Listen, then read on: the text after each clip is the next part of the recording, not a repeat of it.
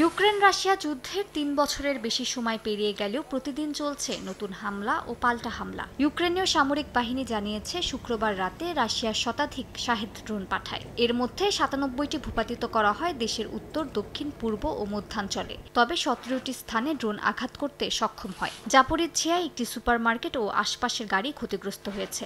এতে বেশ কয়েকজন হতাহত হন। ইউক্রেনের খেরসুনেও রুশ হামলায় বেশ কয়েকজন হতাহত হয়েছেন। ওডেসায় একটি রেলপথ ক্ষতিগ্রস্ত হয়েছে।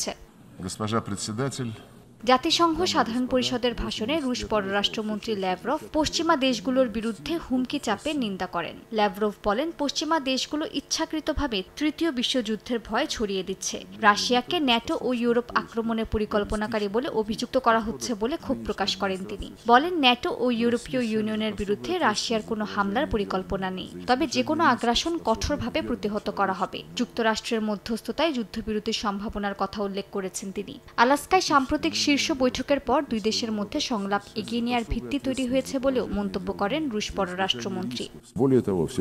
বর্তমান মার্কিন প্রশাসনের মনোভাবের মধ্যে আমরা দেখতে পাচ্ছি যে তারা শুধু ইউক্রেন সংকটের বাস্তবসম্মত সমাধানে অবদান রাখতে চায় না, বরং কোনো তাত্ত্বিক মত বা আদর্শের পেছনে না পড়ে বাস্তবসম্মত সহযোগিতা করতে চায়। বিশ্বের পরিস্থিতি নিয়ন্ত্রণে রাখার বিশেষ দায়িত্ব রয়েছে রাশিয়া ও যুক্তরাষ্ট্র। যদিও ল্যাভরভের এমন দাবি প্রত্যাখ্যান করে ইউক্রেনের প্রেসিডেন্ট ভলোদিমির জেলেনস্কি দাবি করেছেন, ইউক্রেন ছাড়া আরও একটি ইউরোপীয় দেশে হামলার পরিকল্পনা করছে রাশিয়া। তবে কোন দেশ তা বলেননি তিনি। এ সময় জেলেনস্কি হুঁশিয়ারি দিয়ে বলেন, যদি ইউক্রেনের রাজধানী কিয়েভ বিদ্যুৎহীন হয়ে পড়ে, তবে রুশ রাজধানীতেও অন্ধকার নেমে আসবে। আগামী সপ্তাহগুলোতে ইউক্রেনীয় কর্মকর্তারা যুক্তরাষ্ট্র সফর করবেন বলে জানিয়েছেন ইউক্রেনের প্রেসিডেন্ট। আলোচনায় থাকবে $৯,০০০ কোটি অস্ত্র চুক্তি, দীর্ঘ পাল্লার ক্ষেপণাস্ত্র ও যৌথ ড্রোন উৎপাদনের পরিকল্পনা।